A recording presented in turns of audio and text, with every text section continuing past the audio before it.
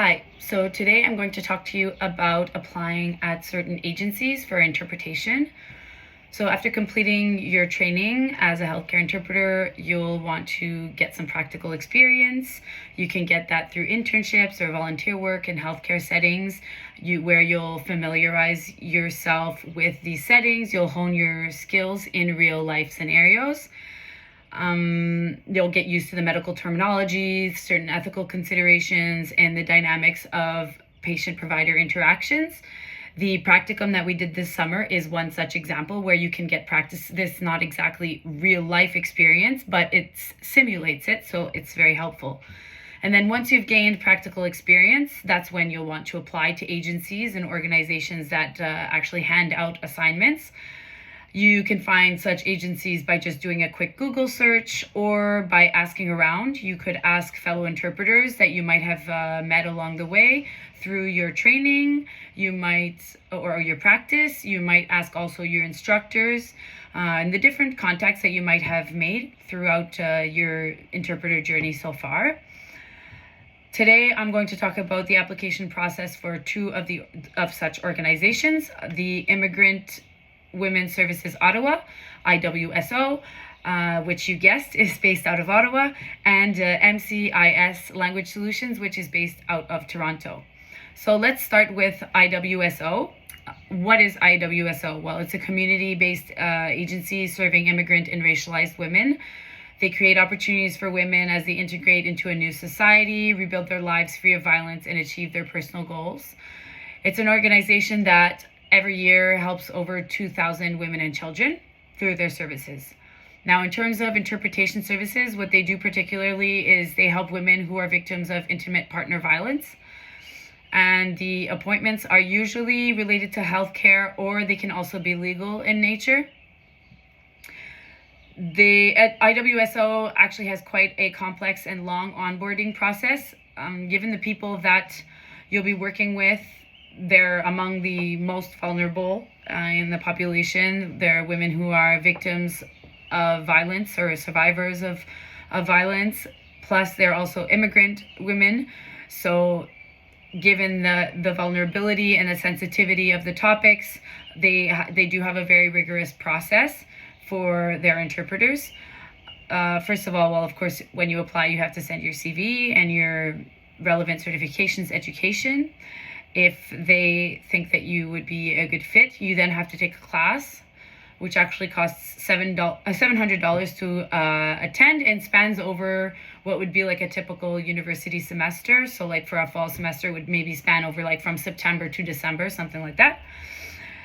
After the class, they make you take an ILSAT test, which is a language test. It's a consecutive form. In my case, English and French. They have you test bi-directionally, so towards English, a consecutive towards English, and a consecutive towards French. And this test costs $275. And then after that, if you pass the test, they get you to get a police check for the vulnerability sector.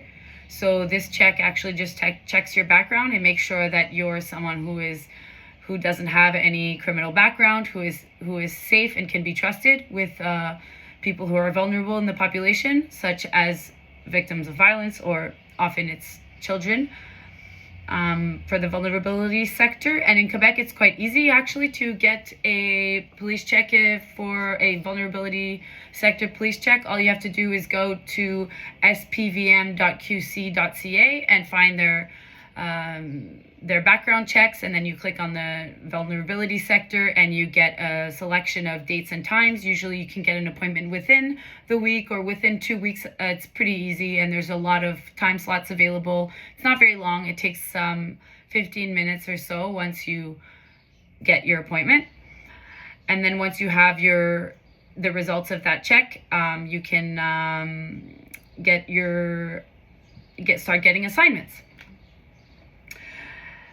Last thing though about IWSO, you might have been shocked about the class, the $700 class. If you're like me, and you're a student of interpretation, for example, at Glendon, they don't make you take the class. I had to push a little bit and discuss and negotiate with them, but they allowed me to just to go straight to the ILSAT test. So I did not have to pay for my education at Glendon, in addition to a class that probably would have been quite redundant for me, given that we get some pretty good training at Glendon in terms of healthcare interpreting.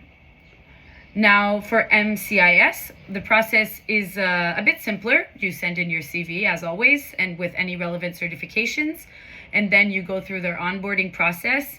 They absolutely hold to people attending their onboarding seminar, which is usually held about once per month, mid-month. It was hard for me to find a moment when I was able to go because I was either in class or interpreting, but I finally was able to attend at some point last year. And the onboarding session lasts about 1.5 hours.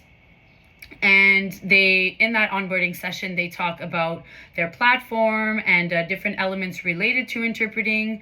They talk about the code of ethics. Some stuff is a bit repetitive. If you're a student of interpretation, if you've already gone through that sort of training before, it can be a bit repetitive, but it's still useful because they do give quite a few details about their processes and their online platform, how it works, and they go through all of that with you so that it's a lot easier for you to do once you get onto their website and into your profile. And then once you've attended that onboarding session, you make your own profile and you can start accepting assignments. And how the assignments work is they'll post assignments and you can just accept them or reject them. So that's it for the IWSO and for MCIS. There are many, many more agencies out there, and I wish you luck in your search. Thank you.